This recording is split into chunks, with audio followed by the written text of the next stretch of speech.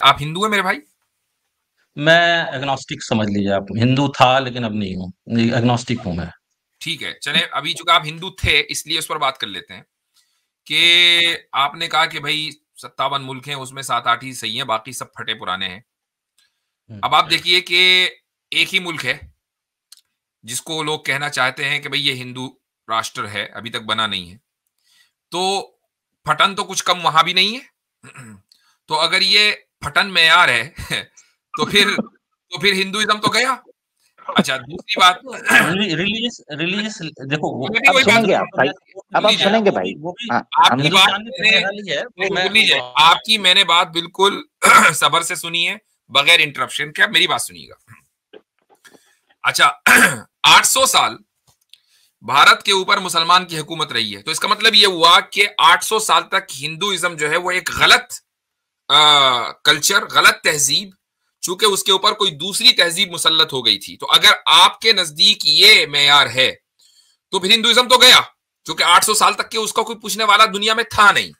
मान लीजिए, सुन लीजिए, अगर आज सारे मुसलमान अच्छे हाल में होते, 57 के 57 देश, तो क्या आप ये आर्ग्यूमेंट रख रहे होते? इस वक्त हाँ दुनिया में एक कंसेंसस है लोगों के दरमियान कि जो सबसे अच्छे हाल में है ना, और जो मजबूती के साथ है, वो यहूदी है। ठीक? तो अगर अच्छे हाल होना किसी के बरहक होने की दलील है, तो क्या आपके एतबार से यहूदी एक बिल्कुल ठीक रिलीजन है? मेरे लिए तो सारे सारे रिलीजन झूठ है। तो फिर आप ये कहिए कि आपका ये पैमाना ही गलत है। जिस तरह आप सारे रिलीजन्स को गलत कह रहे हैं, तो अपने पैमाने को भी गलत कहिए। अच्छा जी, अब हमारे साथ हैं अगले कॉलर, पप्पू पेजर। जी भाई, पप्पू नमस्कार पेजर। मुफ्ती साहब। जी हाँ, फरमाइए। हाँ मुफ्ती साहब, आप इंडिया में किधर से हैं? मैं पूछ सकता हूँ? Shouldn't concern you. अच्छा, ठीक है, कोई बात नहीं। वैसे मैं भी यूएस में ही रहता हूँ, आपसे ज़्यादा दूर नहीं। हाँ, वो अलग बात है। यूएस में कहाँ रहते हैं? हाँ, मिलवाकी। ठीक है, आप ज्यादा दूर नहीं है जी। तो मेरा एक्चुअली कुछ पॉइंट्स थे। वैसे मुझे पता है कि आप औरतों से और रिलीजियस लोगों से कभी आर्ग्यूमेंट में जीत नहीं सकते। तो मैं यहाँ कुछ जीतने हारने नहीं आया, बस आप अपना पॉइंट रखने आया हूँ। आप औरतों से जीत जाते हैं? नहीं, ना औरतों से ना नहीं। रिलीजियस लोगों से, किसी से नहीं अच्छा जीत सकता, हजरत, कोई नहीं जीत हजरत सकता। इधर मैं क्या, कोई भी नहीं ठीक जीत सकता। जबरदस्त सही कह रहे हैं, नॉन मोमिन भाई सही कह रहे हैं। यहाँ सब में ये तो कन्फर्म है कि रिलीजियस हम हैं, फिर औरत मेरे ख्याल से आप ही होंगे। खैर बहरल जी। जी, नहीं, औरत फरमाइए। मैं भी नहीं जीत पाता। मैं अगर औरत है और रिलीजियस है तो उससे तो कोई भी नहीं जी जीत जी जी सकता। जी जी, कोई चलिए मसला नहीं ठीक है, कोई। चलिए ठीक है। एनीवे, अब आप ठीक है। आगे मैं बात वही, करते हैं। हाँ। मेरा पॉइंट ये था कि मैं कोई जीतने हारने नहीं आया, मैं सिर्फ अपने पॉइंट रखने आया हूँ। ठीक है सर। तो मेरा दो तीन पॉइंट्स हैं, मैं पहले पॉइंट्स पे आ जाता हूँ। तो पहला जी। पॉइंट मेरा ये है कि देखो, अगर खुदा सच में ट्रू गॉड है, राइट, तो उसको, मोमिनों को यहाँ पे कुछ तो ऐसा दिखाना चाहिए था कि काफिर थोड़ा अट्रैक्ट हो कि भाई ठीक है, ये इनका इनका यहाँ सब कुछ अच्छा है। अगर आप देखो तो पूरी दुनिया में 56-57 मुस्लिम कंट्रीज हैं। मेरे ख्याल से 7-8 कंट्रीज को छोड़ के सब फटे हाल कंट्रीज हैं, जिन सब में बुरा हाल है। 6-7 कंट्रीज छोड़ दीजिए, सऊदी अरब, जिन जो पैसे वाले कंट्रीज हैं। ठीक। तो और दूसरी चीज यह है कि ठीक है, मोमिनों की साथ जो हो रहा है, जो काफिर, जैसे अभी फलस्तीन और इसराइल में लड़ाई चल रही है, वो तो चलो काफिर की बात है, लेकिन खुदा, पिछले 2 साल की आप चार बड़ी नेचुरल डिजास्टर ले लीजिए। मोरक्को का भूकंप ले लीजिए, टर्की में जो अर्थक्वेक आया, लीबिया में जो बाढ़ आई, अफगानिस्तान में भी अर्थक्वेक आया। चार मेजर नेचुरल डिजास्टर जो थी पिछले 2 साल की, मतलब ये कैसा खुदा है, अपने ही बंदों को निपटाया जा रहा है। ठीक, बहुत बहुत अच्छा सवाल है। आप हिंदू हैं मेरे भाई? मैं एग्नोस्टिक समझ लीजिए आप। हिंदू था लेकिन अब नहीं हूँ। एग्नोस्टिक हूँ मैं। ठीक है, चले अभी चूंकि आप हिंदू थे इसलिए उस पर बात कर लेते हैं कि आपने कहा कि भाई 57 मुल्क हैं, उसमें 7-8 ही सही हैं, बाकी सब फटे पुराने हैं। हम्म, अब आप देखिए कि एक ही मुल्क है जिसको लोग कहना चाहते हैं कि भाई ये हिंदू राष्ट्र है, अभी तक बना नहीं है। तो फटन तो कुछ कम वहां भी नहीं है। तो अगर ये फटन मेयार है तो फिर हिंदुइज्म तो गया। अच्छा, दूसरी बात, रिलीजियस देखो अब सुनेंगे आप भाई, अब आप सुनेंगे भाई। हाँ, आपकी बात आपकी मैंने बात बिल्कुल सब्र से सुनी है, बगैर इंटरप्शन के। आप मेरी बात सुनिएगा। अच्छा, 800 साल भारत के ऊपर मुसलमान की हुकूमत रही है, तो इसका मतलब यह हुआ कि 800 साल तक हिंदुइज्म जो है वो एक गलत कल्चर, गलत तहजीब, चूंकि उसके ऊपर कोई दूसरी तहजीब मुसल्लत हो गई थी। तो अगर आपके नजदीक ये मेयार है तो फिर हिंदुइज्म तो गया, क्योंकि 800 साल तक के उसका कोई पूछने वाला दुनिया में था नहीं। ठीक है, ये उसूल अगर आपका है। ले देकर ऑफिशियली एक हिंदू राष्ट्र था पूरी दुनिया में, नेपाल, उसने भी खत्म कर दिया। तो अब बचा क्या हिंदुओं के पास? आप हो गए एग्नोस्टिक। अब मुझे एक बात बताइए, एग्नोस्टिक की तो कोई कंट्री है ही नहीं, तो आप तो सबसे ज्यादा बुरे हाल में फटे हुए। आप ये कहें कि नहीं जी एथिस्ट का नेशन है नॉर्थ कोरिया, तो नॉर्थ कोरिया कौन सा कम फटा हुआ है? जिस नेशन में आप रह रहे हैं, जो डॉलर कमाने आप यहां आए हैं, उस डॉलर बिल के ऊपर लिखा हुआ है इन गॉड वी ट्रस्ट, वो खुद खुदा। तो अब मुझे बताइए कि क्या आपने उस डॉलर की चमक देखकर उस खुदा पर ईमान आप ले आए? क्यों आप अभी तक एग्नोस्टिक हैं और क्रिश्चियन बनकर आपने खुदा के सामने सर नहीं झुकाया? चर्च में क्यों नहीं जाना शुरू किया? अगर ये मैयार है, क्योंकि यहां तो कोई फटन फटन हमें नजर नहीं आ रही है, अगर ये मैयार है तो जी। नहीं देखो, हिंदू हो या नॉर्थ कोरिया एग्नोस्टिक, वो तो काफिर हैं, उनका बुरा हाल होगा, वो तो चलो समझ में आता है कि कल खुदा तो हम आपके मैयार की बात कर रहे हैं ना, हमारा तो मैयार ये है ही नहीं ना। अगर हम ये दावा करते कि भाई अगर कोई मुसलमान होगा तो मुसलमान होते ही वो एकदम मिलियनर बन जाएगा, इलॉन मस्क उसके यहाँ जो है टॉयलेट साफ करेगा, अगर हमारा ये दावा होता तो चलो भाई ठीक है, मान लेते। हमारा ये दावा ही नहीं है। हमारा दावा यह है कि कुरान करीम में अल्लाह ताला ये फरमाता है कि वलनबलुवन्नकुम बिशैइन मिनल खौफि वल जुइ व नक्सिन मिनल अमवाल। इसका मतलब यह है कि हम तुम्हें हर हाल में आजमाएंगे, और वो आजमाइश किस तरीके से होगी? वो आजमाइश होगी लॉस ऑफ लाइफ के जरिए, और इसी तरीके से लॉस ऑफ प्रॉपर्टी के जरिए, भूख भुखमरी, ये सारी चीजें होंगी तुम्हारे ऊपर। और उसके बाद अल्लाह ताला फरमाता है कि वो बश्शिरिस साबिरीन, के इन हालात में जो लोग सब्र करें तो उन सब्र करने वालों को तुम ग्लैड टाइडिंग है उनके लिए, नहीं बशारत है उनके लिए। तो हमारा तो ये पैमाना है ही नहीं। अगर ये पैमाना होता तो इस वक्त दुनिया में कोई भी मुसलमान ना होता। जो सख्त हालात मुसलमानों के ऊपर आए हैं, जिस तरीके से सोने को सोना बनने के लिए थोड़ा तपना पड़ता है, इसीलिए एक ईमान को अल्लाह की निगाह में कबूल होने के लिए तपना पड़ता है, यानी थोड़ा झेलना पड़ता है। अगर ये बात है तो 1000 साल तक के मुस्लिम जो सिविलाइजेशन है, इस्लामिक सिविलाइजेशन, वो स्पेन से लेकर मलेशिया तक के फैली हुई थी। तो क्या हम समझे कि उस जमाने में इस्लाम बिल्कुल बरहक था? अगर ये आपका मेयार है तो मैं आपके मेयार पर क्वेश्चन उठा रहा हूं, ये मेयार गलत है। नहीं, मेरा मेयार ये है कि कोई भी ट्रू गॉड नहीं है, तो सबके हालात बराबर है, सब बराबर है। किसके साथ क्या हो रहा है उससे कोई मैटर नहीं, रिलीजन मैटर नहीं करता। कोई फटे हाल है, अमीर है, उसका रिलीजन से कोई ताल्लुक नहीं है। ये आपका मेयार इसलिए गलत है, ये आपका बहुत सब्जेक्टिव मेयार है, ये सब्जेक्टिव। मैं इनसे एक बात पूछना चाहता हूँ। तो गोया कि आप ये कह रहे हैं नॉन मोमिन साहब कि जिसका फटा हाल नहीं है तो गोया कि उसका बिलीफ सही होगा? नहीं नहीं नहीं, मेरा कहने का मतलब ये है, नहीं, आपके कहने का यही मतलब है ना कि मुस्लिम हैं, हिंदू हैं, ईसाई हैं, क्रिश्चियन हैं, सबके फटे हाल हैं, तो इन सब का खुदा झूठा है क्योंकि ये सब फटे हाल हैं। तो जो सही हाल होगा उसका खुदा दुरुस्त होगा। नहीं, ये नहीं कहा मैंने, ये नहीं कहा। मेरा तो क्या कह रहा? यही मतलब हुआ ना उसका। मान लीजिए, सुन लीजिए, अगर आज सारे मुसलमान अच्छे हाल में होते, 57 के 57 देश, तो क्या आप ये आर्ग्यूमेंट रख रहे होते? भाई देखो, अगर आप ये दावा कर रहे हैं कि खुदा ट्रू गॉड है, राइट? मैं आपसे एक सवाल किया, उसका जवाब दीजिए। अगर आज 57 कंट्री सारे के सारे सही होते, क्या आपका ये आर्ग्यूमेंट होता? हाँ बिल्कुल। अगर खुदा अपने बंदों को अपना बंदा मानता है तो उनको अच्छे से रखे भी, फिर आर्ग्यूमेंट ना होता ना। है ना? जी, अब आसिम भाई बोलें, अब इनका यही आर्ग्यूमेंट है। जी, तो वही मैं कह रहा हूँ नॉन मोमिन साहब कि जो अच्छे हाल में हैं तो गोया कि उनका बिलीफ सही है, तभी तो वो अच्छे हाल में ना। आपका यही कहना है कि ये लोग फटे हाल हैं तो इनका बिलीफ सही नहीं हो सकता, क्योंकि ये फटे हाल है। अगर इनका बिलीफ सही होता है, इनका खुदा सही होता है, तो ये फटे हाल नहीं होते। तो गोया कि दुनिया में जो लोग सही हाल है तो उनका खुदा दुरुस्त है, उनका बिलीफ दुरुस्त है। जी, क्योंकि वो तो फटे हाल नहीं है ना, तो फिर उनका सही है ना। बिल्कुल नहीं उनका नहीं सही है। देखो इनके देखो इनके मेरा पैमाने, मेरा इनका जो पैमाना है वो यही है। अब हम आगे की बात करें। जी आसिम भाई, कैरी ऑन। तो भाई एलन मस्क तो दुनिया का सबसे अमीर आदमी है, जेफ बेजोस दुनिया का सबसे अमीर आदमी है, जकरबर्ग जो है वो भी रिचेस्ट पर्सन है, बहुत बढ़िया से रहता है, कितने बिलियंस एंड बिलियन इन्वेस्टमेंट है, कितने प्रोजेक्ट चल रहे हैं, तो गोया कि इन सब के बिलीफ सही होंगे आपके, आपका जो मेयार है उसके हिसाब से। नहीं नहीं, वो मैं आर्गुमेंट नहीं है मैं मेरा, मैं मेरा इससे आर्गुमेंट आगे वो नहीं बढ़कर है। एक बात कहना चाहूंगा नॉन मोमिन साहब।